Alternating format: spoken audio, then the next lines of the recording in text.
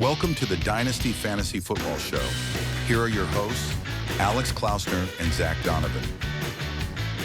Hello and welcome to the Dynasty Fantasy Football Show, where Dynasty never sleeps. I am your host, Alex Klausner, and I am joined today by my friend Zack Donovan. We are going to be recapping Week 6 of the NFL action, going position by position, telling you all of the things you will need to know to ace your Dynasty season. And our first position is going to be the quarterback position. But before we get into the quarterback position, I would just like to say, if you are listening for the first time, go ahead and hit that subscribe button, that like button. Just don't worry, you'll like it. It's fine. And just make sure you're supporting this independent podcast. Now, we are going to go ahead and get into the game balls for the quarterback position. These are the best performers of the week in me and Zach's opinion. So, Zach, drum roll, please. Give us your game ball for Week 6 at quarterback. It's Jordan Love again. He threw 22 completions on 32 attempts, 258 yards, and 4 touchdowns, only 1 pick. He added 5 rushing attempts for 13 rushing yards. And he's just continuing to prove that Green Bay is going to consistently be a top 5 passing offense in the league, which means he as a quarterback is going to stay at least mid-tier quarterback 1.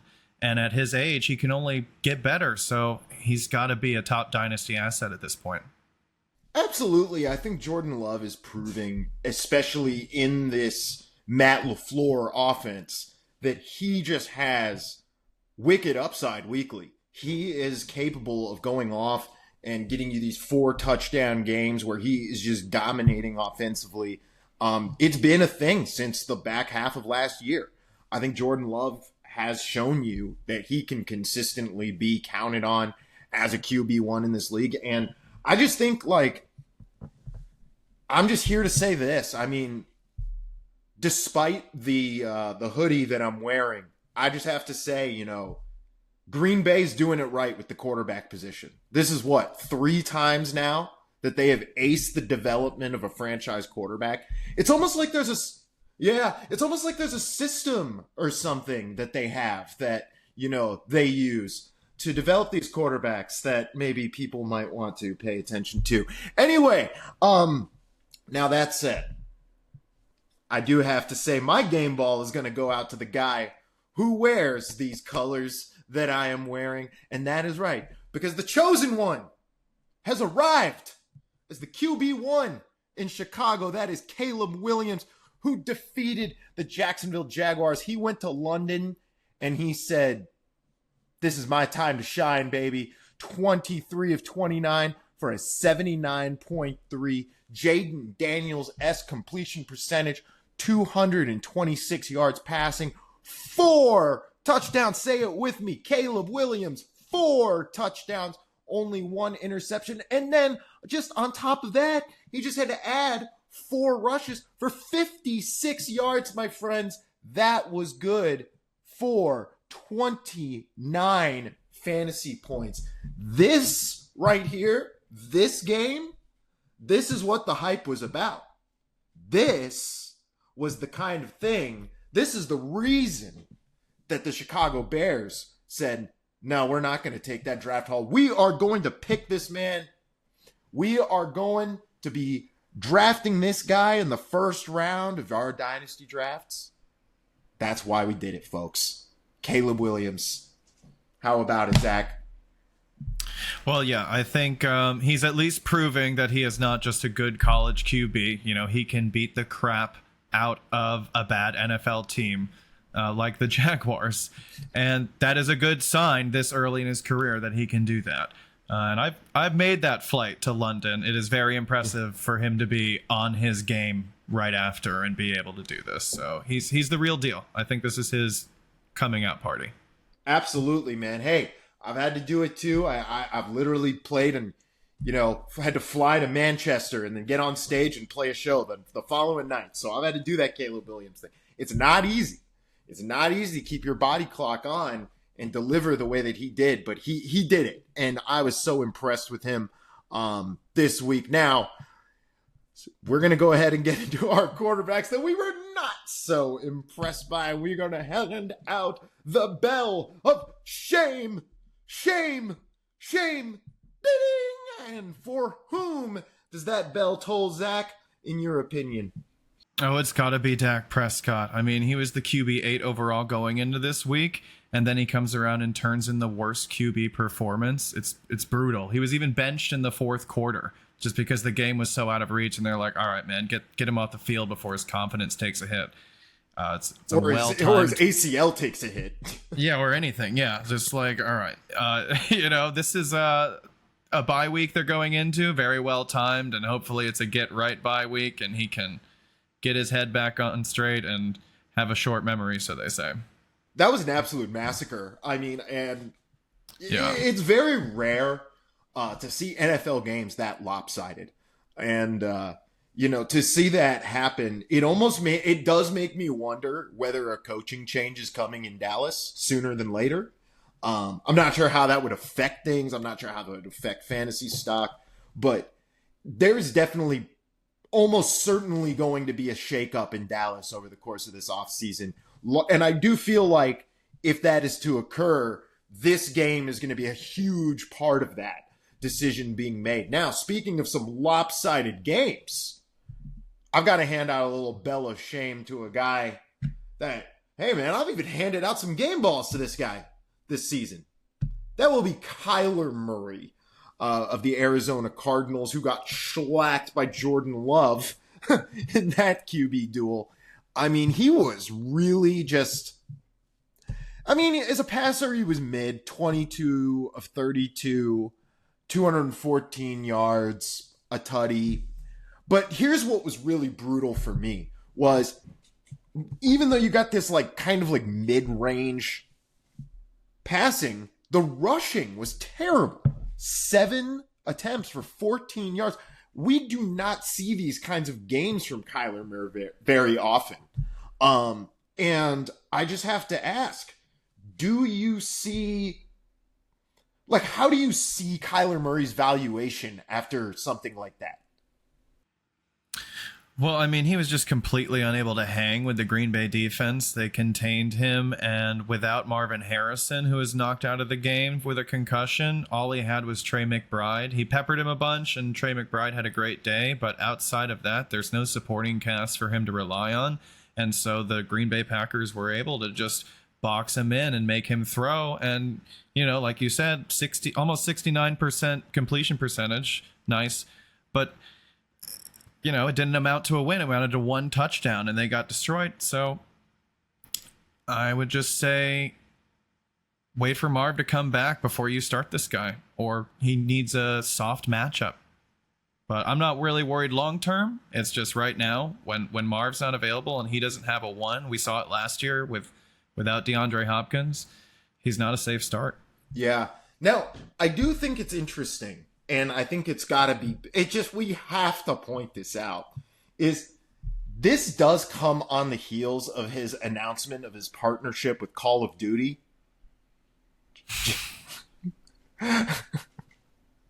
I mean, come on. It's just how are you going to announce that and then go have that game, bro? Oh, man. God, double kill, man.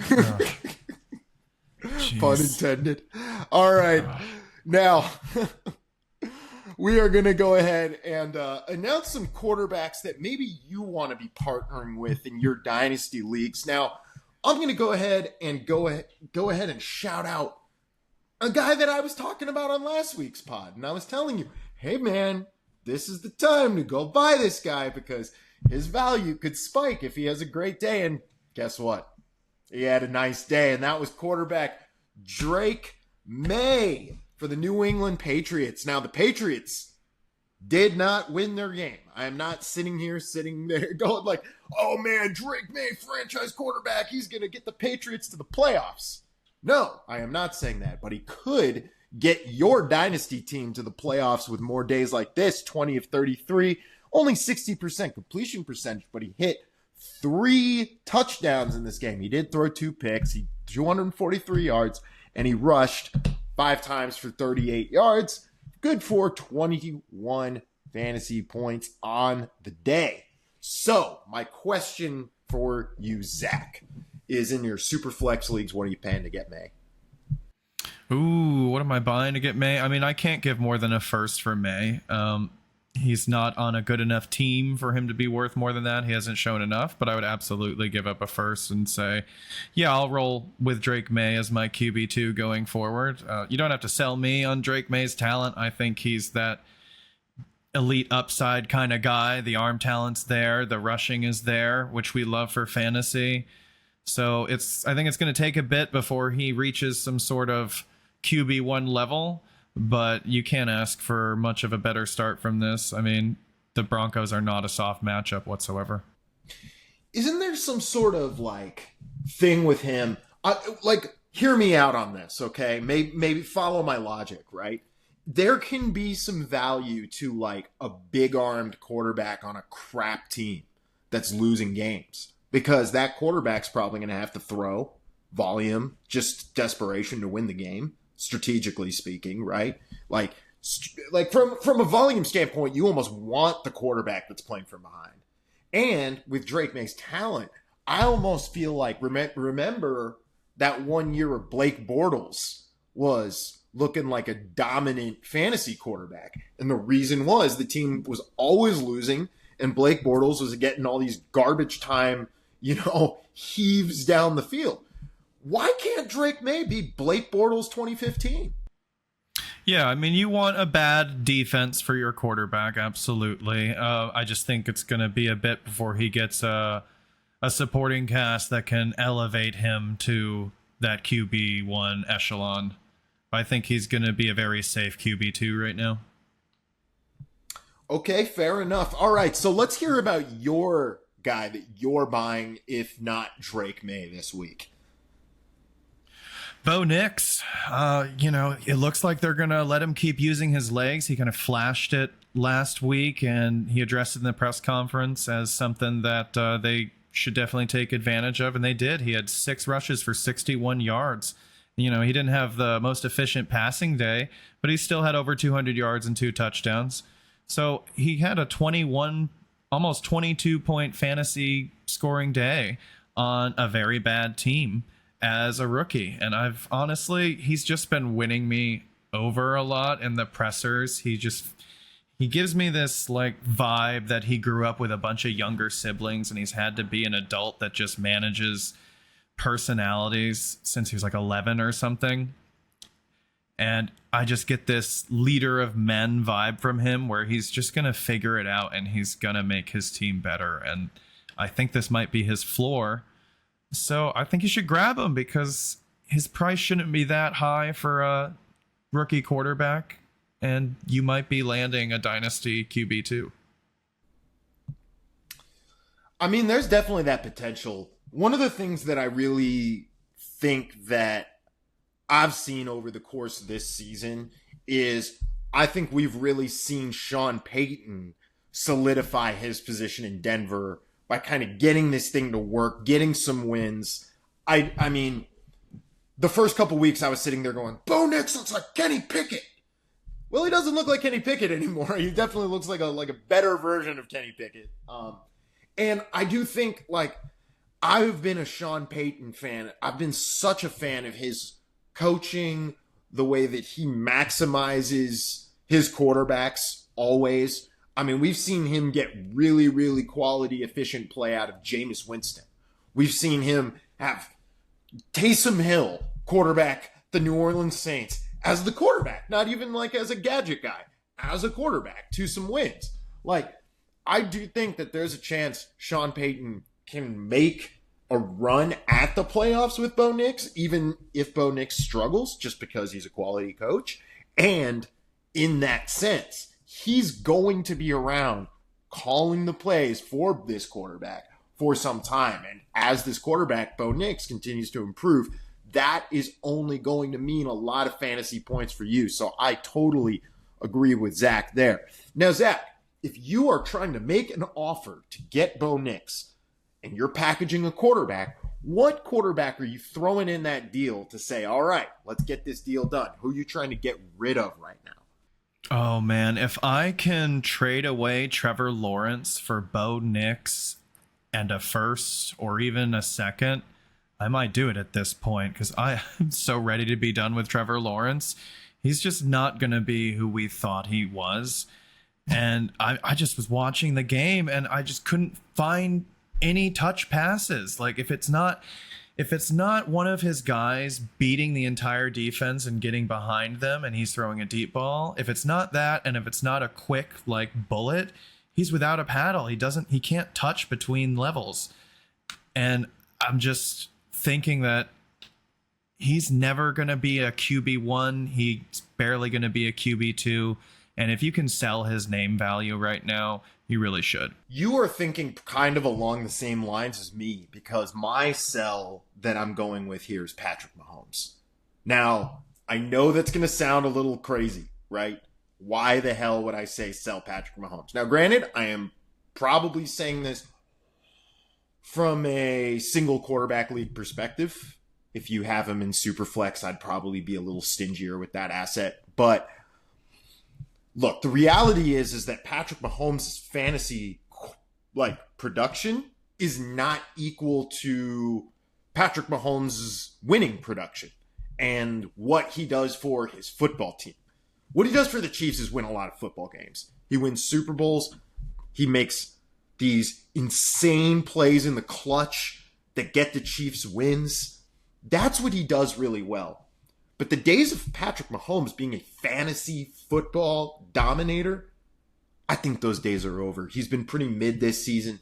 And I think that, like Zack was saying, the move here is to get the name value of Patrick Mahomes, dangle that out in front of somebody, say, hey, you can have this guy. And then what they're going to get is somebody that maybe resembles like a mid-game from Kirk Cousins. Because that's what he's really giving you in terms of fantasy right now. The name is much sexier than the production you're getting. All right, Zack, am I crazy? No, I think it's good to get out on the name value of Patrick Mahomes. If you can sell him for Kyler into first, that's easy money, right? Something like that. Just kind of, he's the biggest name in all of football. Someone's going to be willing to overpay for him. He's missing Rashee Rice. He's, Travis Kelce coming out slow. The offense isn't loaded, I think Travis Kelce getting older, it's just he's not hitting his ceiling. Will it come back? I think they're going to have to get Rashee Rice for that to even be possible, and we don't know how long that's going to be. That's true. So now I guess the question here is, do you think there's a chance that essentially the argument should be flipped and this should be the buy low time for Mahomes? I think this is one of those things where if you're a contender, you sell the name value, and if you're a rebuilder, you see what you can do to get Patrick Mahomes. But it depends on what you're giving up, right? If you're rebuilding, you're not packaging things together to get Mahomes. So someone has to be kind of out on him, and you got to be making that argument where it's like, hey, man, out on Mahomes is the question that I'm thinking, right? Because if you have faith that any quarterback is going to suddenly put it back together and become that dominator again, it would be him, right? What do you do when you want to when you want to buy Patrick Mahomes? You'd have to convince him that it's a contender, and you have to convince him that this is a lost year for Patrick Mahomes and you're saving him, and he should be feeling that. Yeah, I would probably be trying to get in on like a Jaden Daniels or something like that right now. Or it's just somebody that is absolutely dominating and getting you that QB1, those QB1 weeks. Like Sam Darnold. No, I'm kidding. I'm kidding. If someone throws you straight up, you're a Patrick Mahomes owner, and they throw you Jaden Daniels straight up, are you accepting that trade?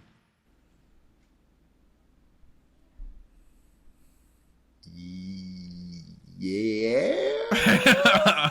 Because of the rushing value? Exactly. That's where I'd go with it. It's like, Jaden Daniels is going to run just man, I'm such a believer though. I'm such a believer in Jaden Daniels. So, but yeah, it's that point. I think that says more about how we feel about Jaden Daniels than Patrick Mahomes. I mean, he's crushing, but yeah. I mean, as I have said, one thing that, and this is one of those things, like, I feel like we could just end up on like old takes exposed for this, but like, you know, one thing that I would be worried about, I guess, if I were doing that, is I would be worried that it's all the Cliff Kingsbury early season mirage. Oh yeah, there's so many. I mean, it's such a small sample. There's so many things that could change and go wrong, and all. Exactly, and we have how much data on Mahomes, like being at least like this is the floor for Mahomes, pretty much, right? And it's like 20 points a week. So, but that's why, yeah. If you can be like, oh, just throw in a first, you know, come on, it's Mahomes, and they counter with, I can throw in a second, like, ooh. Jaden Daniels in a second for Patrick Mahomes. That's tough to turn down. All right. So, I mean, there's us hashing out that Patrick Mahomes decision. Definitely a difficult sell to make, but it's definitely one that you at least have to consider if you are a contender at the moment. Okay, now we are going to move on to our running backs. We had some injuries to go through here. We lost Travis Etienne to an injury this week. We also saw Jerome Ford go down with an injury. On another note, Nick Chubb is also returning. That is going to be an interesting shakeup for Cleveland. And Tennessee running back Tyjae Spears also suffered an injury in his game this week against the Colts. Now, after covering those injuries, we are going to move on to our game ball section, where I'm going to hand one out to a guy we've talked a little bit about on this pod. We've talked a little bit of like, hey, maybe you want to get out on this guy.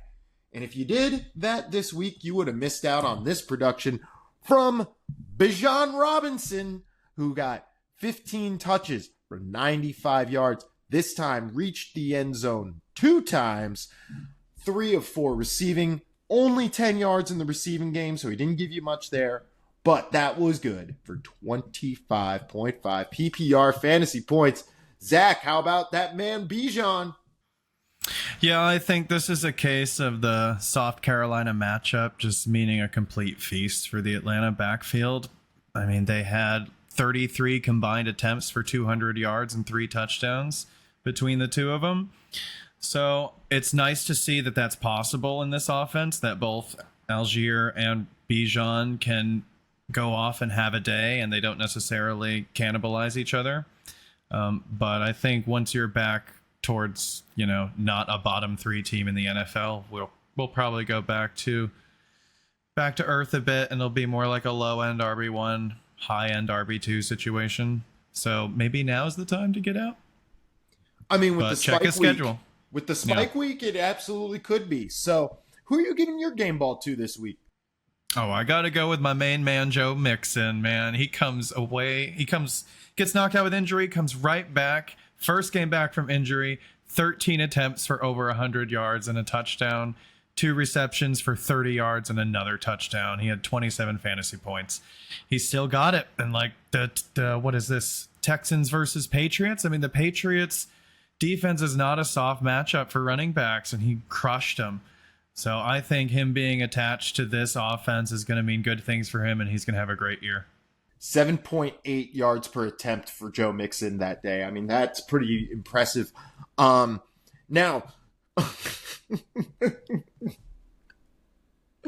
I'm laughing because I'm about to segue to like the complete opposite, which is I'm going to go ahead and hand out this bell of shame, shame, shame, booming, and that booming right there that you heard was for this man, Trey Sermon of the Indianapolis Colts, who against the Tennessee Titans rushed 18 times for a whopping, am I reading that correctly, 29 yards.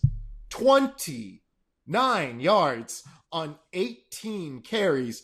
That was good for a whopping 2.9 fantasy points in PPR that day. What even is that? 1.5 yards per attempt. He has looked so horrible. I don't understand how he won this job. I think Goodson is about to just come in and take it all away from him. Even Jonathan Taylor comes back. Trey Sermon's never going to see the field regardless. Oh man, he's the only handcuff I managed to get a hold of this year, and of course he's the only one that just can't hack it. I don't get how he locked up this job so quickly in camp. It is crazy to me the difference that you see between Goodson's performance and Sermon's performance. I wonder why that is, that they're so starkly different in terms of their production. I mean, I would hope it's just, bad blocking or something for Trey. I'm just hoping that he's better than that for his sake, man. He looks like he's moving in slow motion, dude. It's bad. Yeah, that was some rough stuff. Now, speaking of some rough stuff, you've got a bell of shame to hand out, so why don't you go ahead and tell us who you are shaming this week, Zach? Yeah, I got to go with Saquon. 18 attempts for 47 yards. It's only 2.5 per carry. Only 2 receptions, 7 yards. He had a 7-point day. He was averaging... he's averaging 21 points per game, even with that lumped in. So this is a huge dud. He's clearly not matchup proof. The Cleveland Browns are a tough defense, and he was not able to get away. I think that offensive line is really missing Kelsey, among others. So, yeah, you actually have to care about matchups with Saquon Barkley now. He is not an auto start if you have a viable third back that you can plug in. Which is crazy to me. I would think with that Philadelphia Eagles line and the usage that we've seen for Saquon, you would think that they would maybe get him more out in the passing game, try to get more creative about lining him up around the field. Those kinds of things that we were seeing early on from Saquon just seem to have gone away in this offense for some reason, or he's been stopped being used like that. I remember they were giving Kenneth Gainwell some work, and I'm just like, guys, whoa, what are we doing here? Well, unless Saquon's just like, man, I need a breather, he should be on the field for all downs. Come on. So, now speaking of a guy who is getting on the field a lot more than you would expect, I'm going to go ahead and get in on the guy that I would say is my top acquisition for the running backs. And that is going to be Tyler Algier from the Atlanta Falcons. Now, you've now seen this guy just get in and week out and just siphon carries away from Bijan Robinson. This was a game where the Atlanta Falcons were running the ball left and right, and this should have been like a 30-carry game for Bijan the way he was playing. But Tyler Algier just continues to force himself onto the field. And the way that he is going with games where he gets 18 carries, he out-touched Bijan for 105 yards, a touchdown. He also got an additional target in the receiving work. That's more than 19 points. Tyler Algier now has to be viewed as a boom or bust flex. Weekly at this point because of this usage that he's getting. He continues to eat into Bijan's workload. Zach, do we view Bijan as a guy that maybe now you may have to pay more than a second to get? Oh, absolutely. The running back position is not filled with guys you can rely on. So even though Bijan isn't living up to the Christian McCaffrey hype, he's still a dynasty RB1 just by comparison. Even though he is in this committee with Algier, I think they need to free Algier, man. Let him go to a team where he can be the one. Giants want him, I hope. I know I want him. Get him on my team. Get him on my fantasy team because his name value is nowhere near what he's producing. And get him on my real team who needs a running back after Saquon left. I'm about to look up his contract info because I'd like to know how long he's tied to Atlanta for. I think he's got another year. I think we saw. He'll be a free agent in 2026. So he still has one more year with the Falcons after this one. Yeah, he'd have to be traded. maybe Bijan's agent can grease some wheels there. All right. Well, let me ask you this. Speaking of trades, who are you trading for at the running back position, Zach? I probably, hopefully, will not have to trade for this guy. He's 1% rostered, but I definitely want to acquire, the guy we probably should be talking about, which is Sean Tucker, who had 17 touches and managed almost 200 yards and 2 touchdowns for 34 points. This was supposed to be Bucky Irving's breakout game that we were so excited to see Bucky Irving take the lion's share of this backfield, and then in some weird M. Night Shyamalan plot twist, Sean Tucker comes back from the dead, and all the truthers are like, "See," and he just owns. He had 9.7 per carry and over 22 yards per reception. He was just lightning in a bottle. I can't believe this happened. Now, here's my question, I think, about this whole thing. Obviously, Tucker was awesome. It is worth noting, by the way, that Sean Tucker, yes, that Sean Tucker finishes the RB1 on the week. So, this is obviously going to throw a huge wrench into the Tampa Bay running backfield, which was already a murky situation for Rachaad White owners and Bucky Irving owners, and we're all just sitting here like, what are we going to do with these running backs? And then now we've got three-headed monster. It's officially is it a Hydra that has the 3 heads? Oh, the Cerberus? I mean, Hydra, Cerberus, yeah. Yeah, Cerberus? Cerberus. Either way, yeah. We officially got a Cerberus here, where we got 3 freaking heads going. 3 dogs. Yeah, so what are we doing with that for fantasy? Typically, we don't like Cerberus in fantasy. No, we don't, but I don't think it will be that. I think Rachaad White is going to be out of here. If I'm a Rachaad White owner, I'm very, very, very, very, very nervous because he has not looked good between the tackles. He's looked good in the receiving game, but so has every back. We'll see. Typically in crowded rooms, the guy I like is the cheapest, right? So I want Sean Tucker, and I want to sell Rachaad White, and I want to hold Bucky Irving very close because, he still did get 14 attempts, 81 yards and a touchdown, 2 catches for 24 yards. He scored 18.5 fantasy points, so he had his 100-yard and a touchdown day in the role. Sean Tucker just came in and took 50% of the carries and went nuts. So, I mean, Sean Tucker has at least earned the chance to be the lead dog in this backfield. Oh, man. Well, might I interest you, if you're the Sean Tucker owner, in a guy named Alexander Madison. Heck, I might even give you a third on top of Madison. Check this out. If you want to get Madison and you want to get in on this sexy line of production, 14 carries for 33 yards, a touchdown, 5 of 5 in the receiving game, 17.5 fantasy points. Come on. Don't you just want to give me Sean Tucker for that guy? I'd hang up the phone. But hey, someone needs a running back and thinks Alexander Madison will be the guy in Oakland for the rest of the season, and maybe you can get something. Vegas. Oh, did I say Oakland? You did say Oakland. Yeah.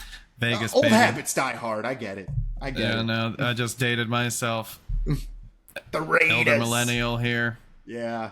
Well, hey man, we it's like we're still like imagine like Rich Gannon and John Gruden and Jerry Rice, right? Like that's exactly what I imagine. Yeah. Yeah, I understand. All right. So, yeah, no, I get it, man. I mean, like people are still thinking Madison maybe is going to be that guy for the rest of the year, right? But okay, even if he is, do you actually see Alexander Madison staying beyond this season? No, I think you should get rid of him to anyone who's desperate enough to take him off your hands. Absolutely. All right. Now, real quick, I'm going to pull up his contract because I do want to see just if he actually. Nope. He is a free agent after this year. He will be replaced. I think that's pretty obvious. So, yeah, go ahead and sell Madison after the spike week. And Zach, who are you selling after the spike week? So I don't normally advocate selling rookies, but I'm still kind of saying we need to sell Tyrone Tracy. He had a good day. He had 17 attempts for 50 yards and a touchdown and 6 catches for 57 yards. So a really respectable day with over 100 yards and a touchdown, high volume, almost 23 fantasy points. I mean, he handled the workhorse volume and he scored. You can't ask much more, but at the same time, we know that these late round running backs that come in and produce, it doesn't matter how well they do, they get replaced. And this guy is 24 years old, even though he's a rookie. So I would let the R next to his name and the current production let people fool themselves into thinking that this guy is going to be the next big thing for the Giants in the backfield. He might have a good year, but I think they're going to draft somebody or they're going to sign somebody, and this all comes crashing down. Even as early as Devin Singletary coming back. That is definitely the concern. It's Devin Singletary coming back, kind of the thing about Singletary that you have to remember, and that something I think that's underrated here, is that Daboll and Singletary have history from Daboll's time in Buffalo. Right? Yep. Like, that is kind of the reason why I think that Devin Singletary is more of a threat to Tyrone Tracy's job, even though Tyrone Tracy has really shown out a little bit and definitely shown that he can be relied on as the guy if they want to do that. He can essentially do everything that Devin Singletary does, perhaps even better than Devin Singletary. But I do think Devin Singletary is going to get an option to get his job back, at least at first. So if you want to get out on Tracy now, fine. But I also think if you hold on to Tracy, I think there's more of a chance that he can become maybe the guy next year, or at least lead the backfield in a committee next year or something like that. Is that crazy, or what do you think? You're the Giants fan. You tell me. That Tyrone Tracy could lead the backfield? Yeah. It's not out of the range of outcomes. It's not a guarantee that they will be able to get a running back in the draft or free agency, so this could last another year just de facto. But still, I don't see it lasting beyond that. Our running backs are cheap to get, and like I said, these guys, we've seen it happen to Dameon Pierce, Phillip Lindsay, James Robinson, the list goes on and on. If you do not have investment via draft capital or salary, you're disposable. And like I said, this guy is not young. So they're going to look at having a 24, 25, 26-year-old running back, and they're just going to see it as a need. And they're too easy to get. So it's tough for me to think he really has a future. Well, the one thing that you got to also remember when we're talking about like Devin Singletary or the team drafting a replacement is that Devin Singletary, I just looked up his contract, is signed through next year. So he's got this year and he's got next year. And then the team has a possible out in the 2026 offseason. So that's where I think we'd probably see some sort of change happen or Tracy take over the job. I think maybe we don't see them draft a running back next year and this whole thing just ends up being a committee for another year between these two guys. But either way, if you do want to go ahead and sell Tracy now, I feel like that is actually a really good call, Zach. Now that I'm looking at the situation a little deeper, got to leave it to the Giants fan to give you the real on that one. All right. Well, again, this would be like kind of if you get a guy to buy this, they're doing the right process, wrong player, right? They're like, ooh, rookie coming up, kind of sell this guy to Joe Shane, sell this guy to the, guy who's all process and doesn't look too closely at the player. Cause I think this is a real good trade bait. All right, man. Well, that is going to wrap our running back section. Now we are going to go ahead and move into the wide receivers. Now, we had some injuries. Marvin Harrison went out. Chris Olave went out. Mike Evans went out. Dontavian Wicks went out. Rashid Shaheed went out. We had the New Orleans Saints in one game lost their top two dudes. So, and their quarterback. So, yeah, this is quite Didn't you say that Kamara got injured too? Yes. Oh I didn't have him on gosh. the list, but yeah, Kamara is dealing with like a hand injury currently. My bad. I forgot to add him to the doc. Good call. Thank you for pointing that out. Man, so the Saints have lost their entire starting offense. Oh man. And Taysom Hill. Oh, Taysom Hill's dude. injured too. Yeah, it's everyone. They're cooked. They might as well not get on the plane. Oh my God. That's so crazy. Okay. Now, granted, I do think that you're probably going to see like Olave and Shaheed come back sooner than later. I don't think it's like these are like long-term like ACLs or anything, but all of these injuries are going to be things that you're going to want to monitor as things go on. Also, pour one out for Dontavian Wicks season because, Lord.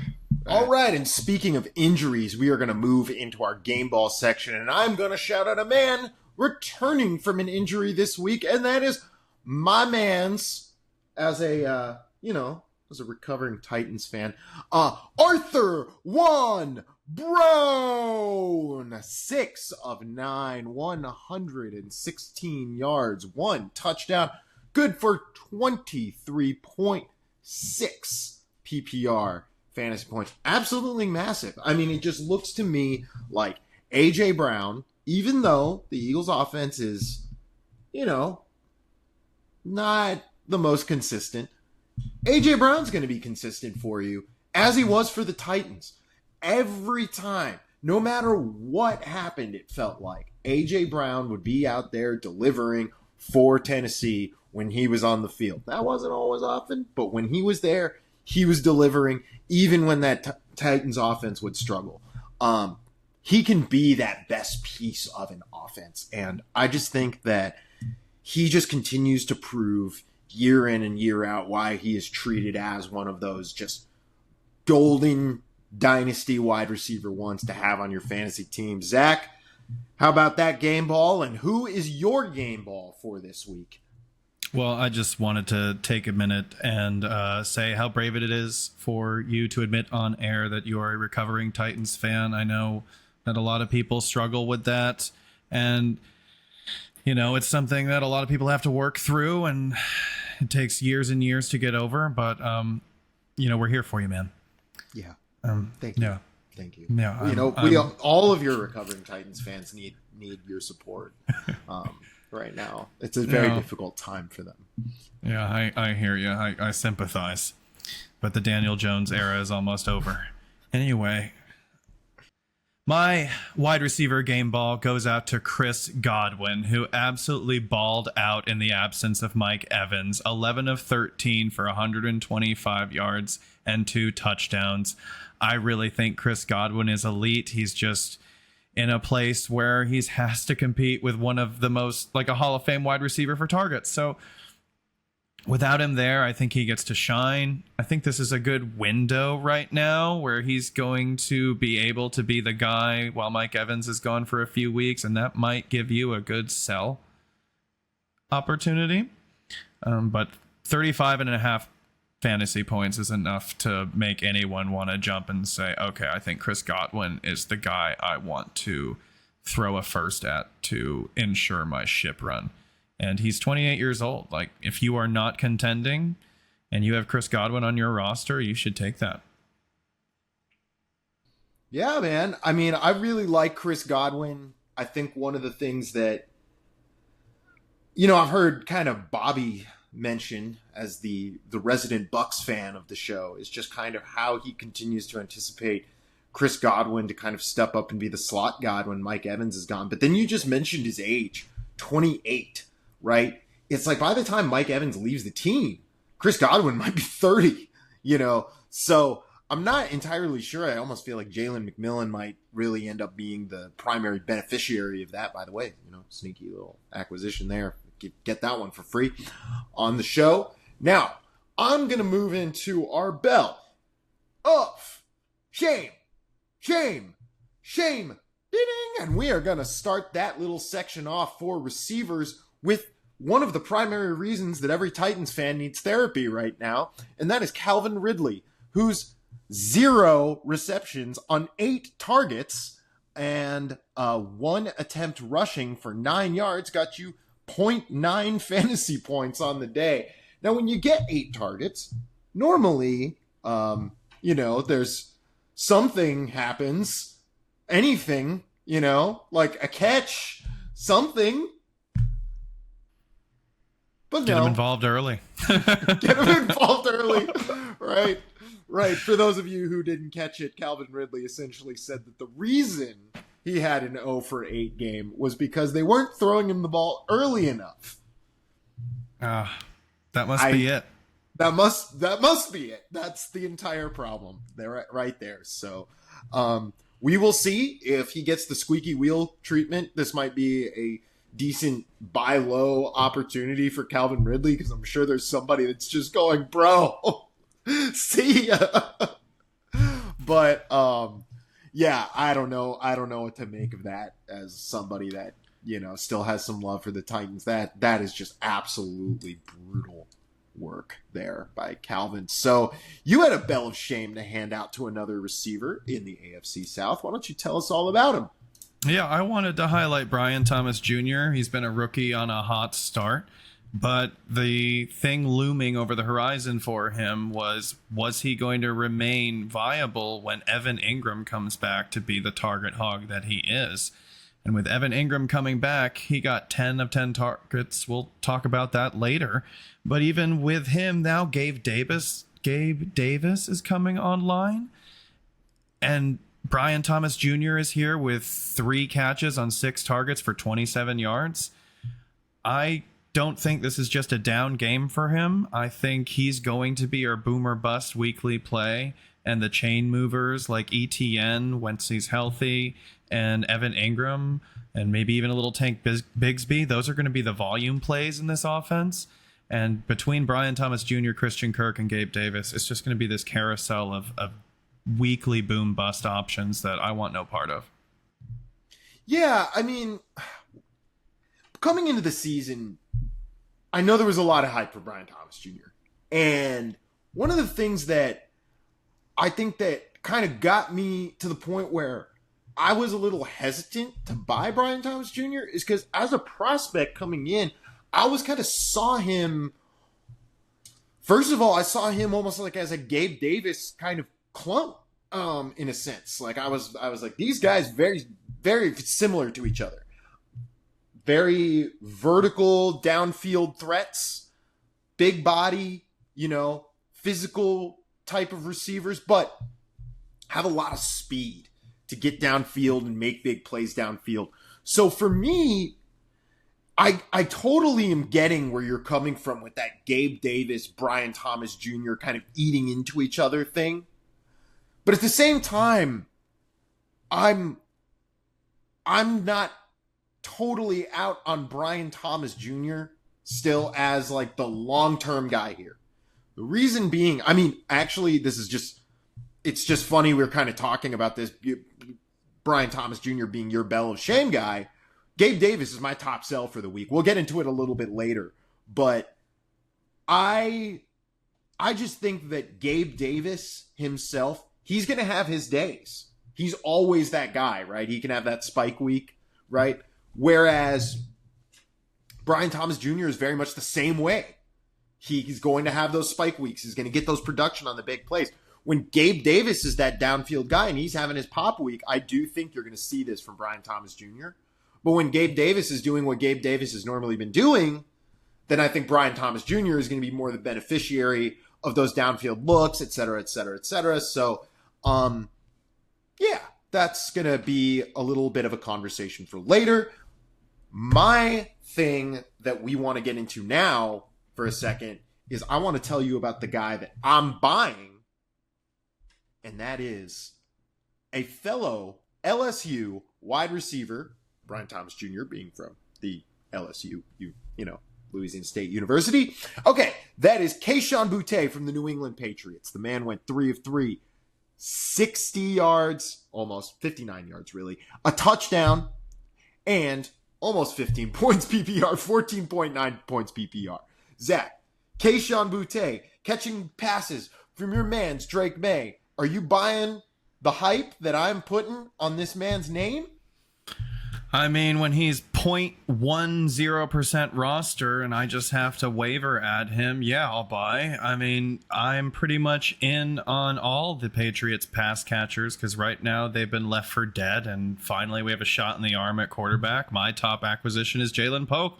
I think we got to see game 1 with Drake May, and Jalen Polk had 1 reception on 4 targets for 4 yards. This could be the final nail in the coffin for someone who took a chance on Jalen Polk in the draft, and they're like, okay, now even with the QB change, it's not working.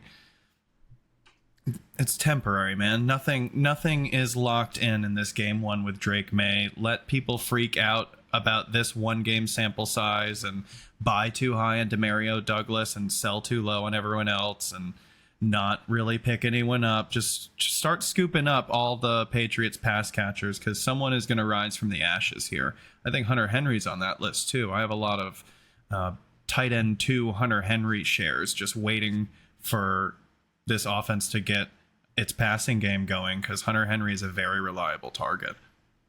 He is. Now, I did want to make a case for my man Kayshon too. Like, one of the, I think kind of, it's almost the same thing you're saying with Polk, where it's like these guys who have been left for dead are going to kind of rise from the ashes, right? I feel like Kayshon is absolutely that kind of guy. Coming out of his career at LSU, people have to remember that Kayshon Boutte was viewed as one of the premier wide receiver prospects in the SEC. There was a time where he was viewed as the wide receiver 1 in his draft class. Now, that didn't pan out. His draft stock fell way down. He ran poorly, blah, blah, blah. Like, things just did not go well for Kayshon in that pre-draft process. He fell all the way to the 6th round and just became irrelevant in New England as their offenses really struggled. But now you see what he has done when he actually gets a quarterback with a live arm who can deliver it downfield. He's catching 40-yard bombs from Drake May, and he's catching all of his targets. I really think that he is a guy that has the talent to be that guy that Zack is talking about, that just kind of emerges out of this wide receiver room and becomes like the dude in this New England offense. All right. Now, we just talked about our buys, and I talked a little bit about this sell. So now as we move into our sell section, let's talk about that man, Gabe Davis. He had 5 of 6, 45 yards, 2 tutties, good for 21.5 points. Now, the reason I'm saying get this man's off your team right now is this. Gabe Davis has not produced a game so far in PPR with where he has eclipsed single-digit scoring until this point. And that has been the story of Gabe Davis's career as he was in Buffalo, and it's the same that's true for him now in Jacksonville. The fact is, he's a boom or bust dude who's going to have a spike week, and when you get that spike week, capitalize, just say, hey man, come get the downfield threat for the new downfield threat for the Jacksonville Jaguars. He's taking Brian Thomas Jr.'s job. Or some ridiculous sell like that. Try to just sell it like that, because that's not going to be a reality in the long term. Brian Thomas Jr. is going to be the reality of this offense as the downfield threat in the long term. Gabe Davis got a fluke week this week. Capitalize while you can. Zach, who you getting out of? Chris Godwin didn't go off like that, but I'm thinking Zay Flowers, 9 of 9 for 132 yards. This is a huge boom game for him after a string of busts. It's good to see that he has this upside in him when the Ravens start passing, but we've seen the floor. The Ravens can just decide to abandon the pass on any given week, which makes Zay Flowers completely unreliable. And even though he has the volume when he does get these opportunities. He also gets no volume when Lamar decides to throw 15 passes over the course of the entire game. So I think getting out on Ravens pass catchers when the game script favors them and they have a big day like this is a good idea in general, because I think it's just gonna be a carousel.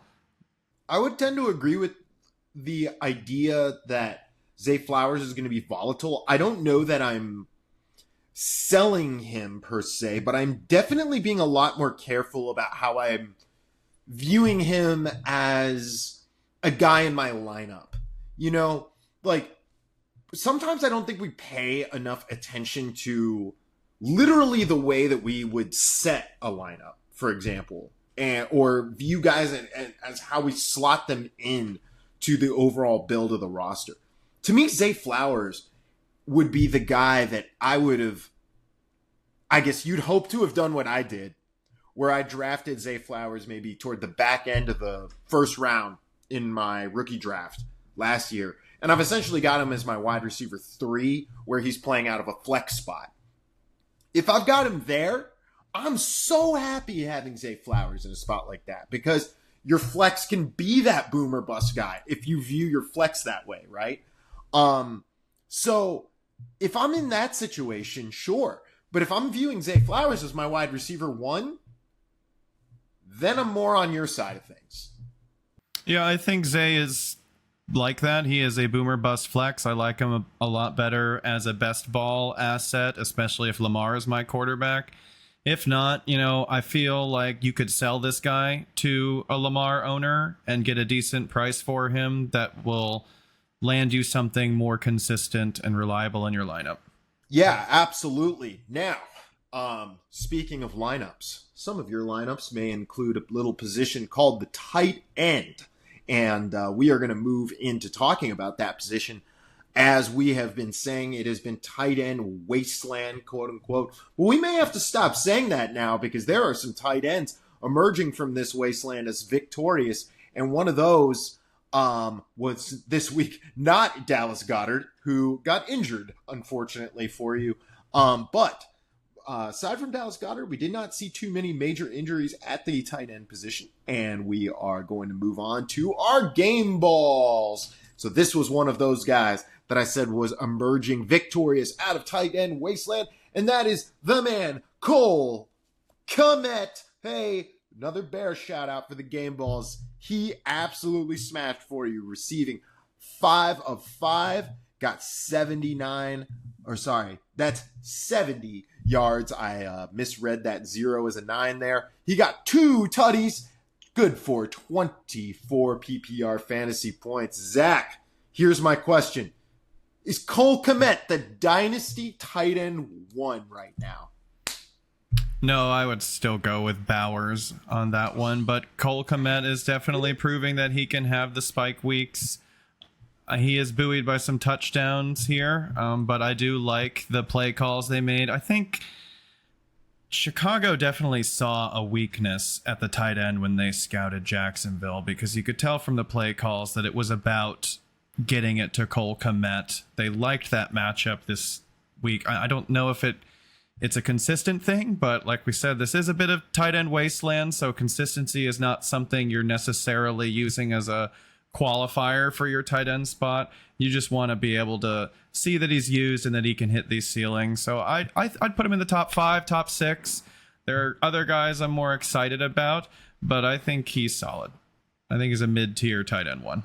One of the things that I would say that really bolsters the Kmet case right now is, first of all, we are seeing, I'm going to save my conversation on that guy for later, but we are seeing, obviously, Travis Kelce going to decline. Bowers, yes, Bowers, I think, is the other guy who has the case for this spot, but the thing is, right now, who else is giving you this kind of production that Cole Kmet is giving you on multiple weeks on a regular basis? Who has the contract and commitment from their team that Cole Kmet does? Right now, he has actually received more of a long-term contract from the Chicago Bears. So We know he's tied to Caleb for a while. We know Caleb's liking him, especially he's a young quarterback. He's going to light up the tight end. I think Cole Kmet is just a guy you really want to have right now on your dynasty teams. Now, Zach, your game balls went out to the tight end on the other team.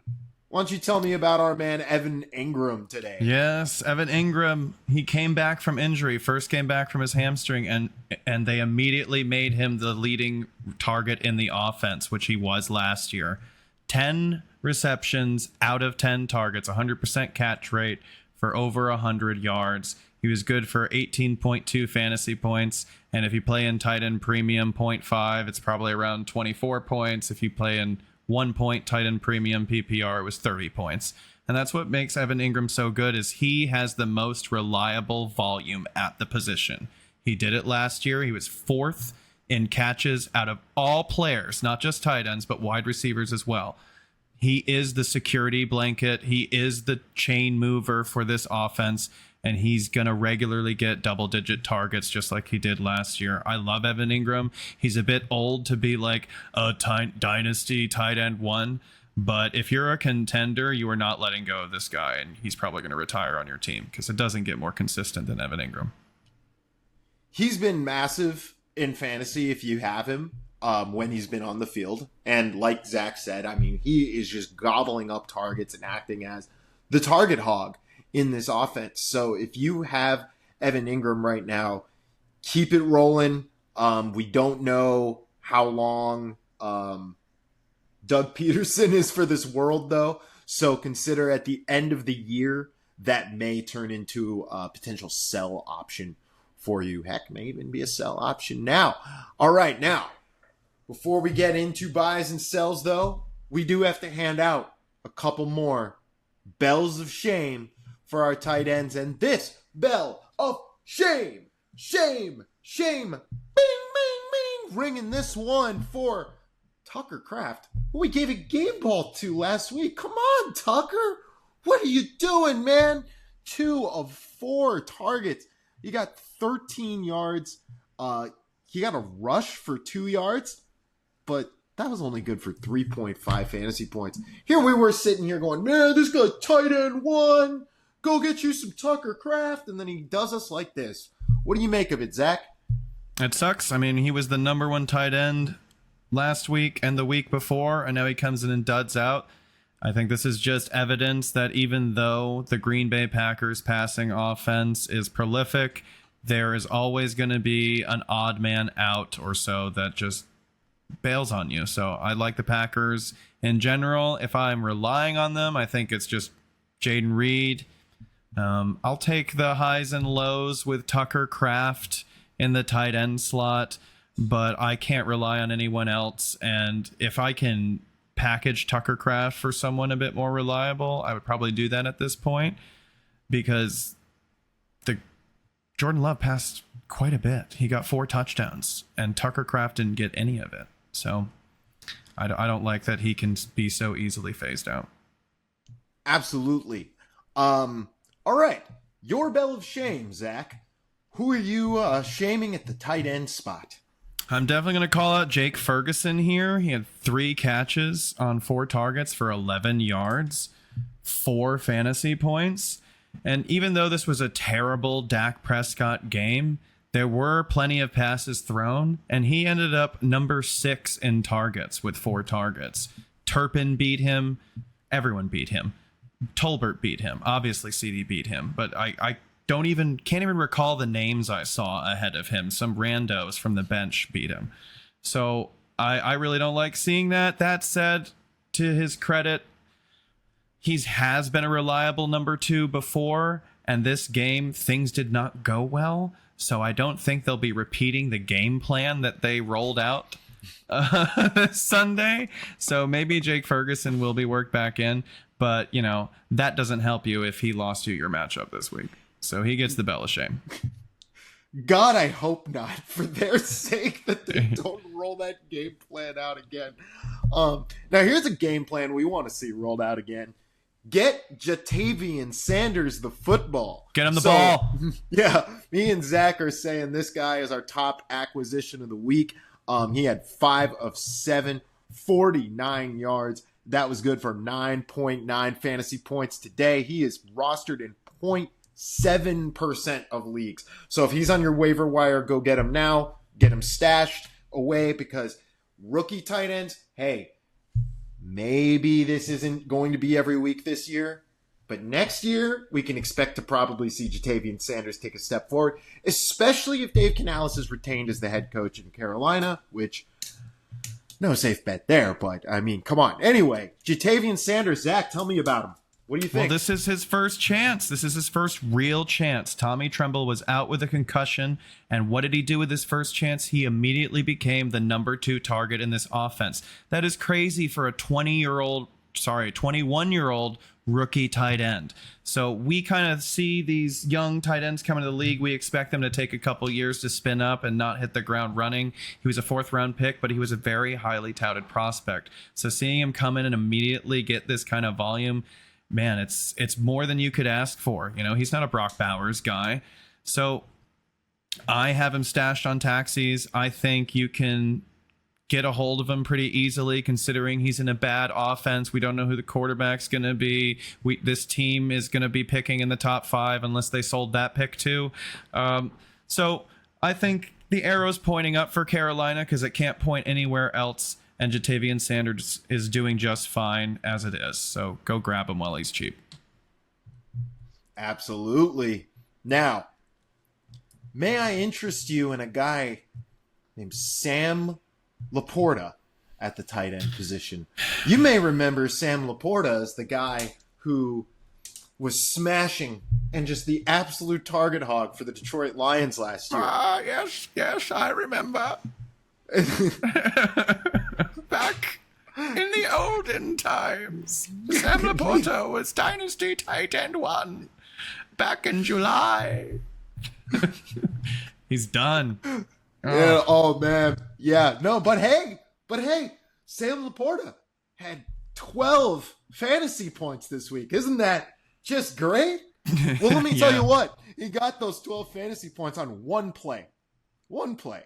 He had 1 reception on 1 target. It did get 52 yards and a touchdown, and that's great. But, I mean, you could probably get that out of Kevontae Turpin on a random day. You know what I'm saying? And the fact is Sam Laporta's name and the hopium that people have that we're going to get back to that tight end 1 status may carry a little more weight than the production he's giving you. I am out on Sam Laporta at this point. I've seen enough of this sample size to say I think that season that we saw from him is just going to be a distant memory as Jameson Williams continues to just kind of be this number 2 option in this offense and just take away from Sam Laporta. What do you think? Oh, it's tough, man. I do feel like at some point they are going to realize they are just not using him enough. I don't know if it's this year. So if you can sell high, I think it's a good idea. If you can buy low, I think it's a good idea. Sam Laporta's kind of sitting in the middle where, you know, take the profit wherever it is. You know, if you can get him for a second, I'm there. If you can sell him for a first, I'm there too, you know?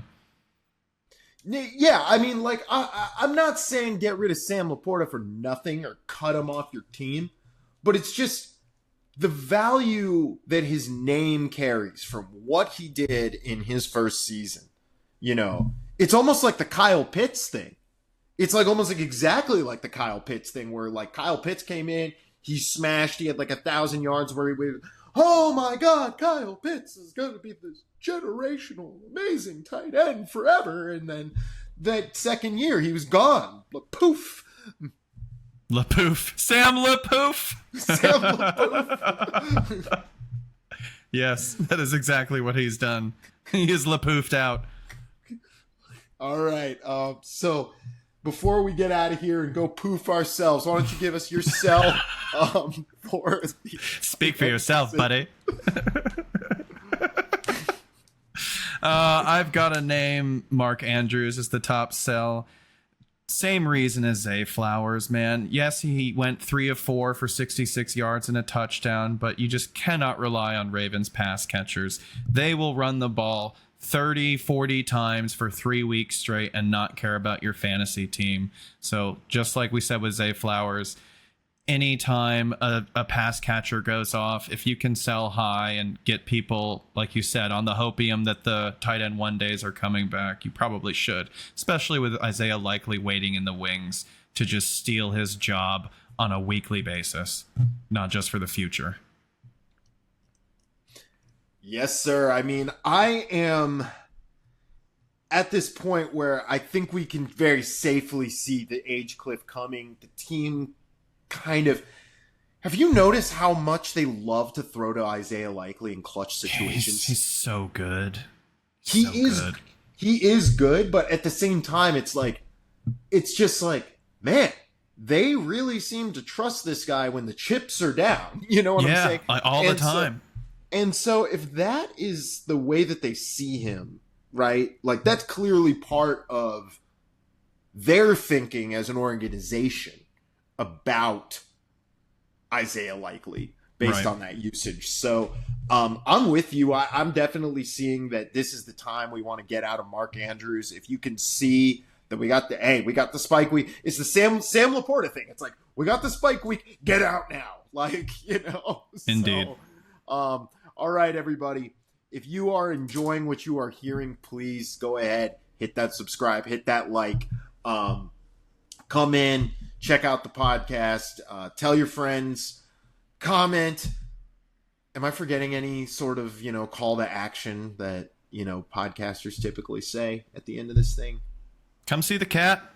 Come see OJ. There he is. He's been with us the whole way, and I'm sure it won't be the last time. Pay the cat tax. Like and subscribe. There'll be cats. There will be. Hey, I had my cats in the background last week, so Heck yeah. Hey man, come for the fantasy advice, stay for the cats. It's the brand. So, yeah, absolutely. Hey, I don't mind cats being the brand.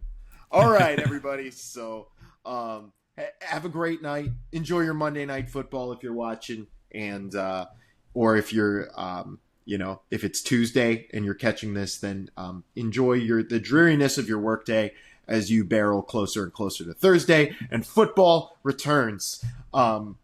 So that'll do it for us. I've been Alex Klausner. This is Zack Donovan. And this has been the Dynasty Fantasy Football Show. Everybody, have a great rest of your night.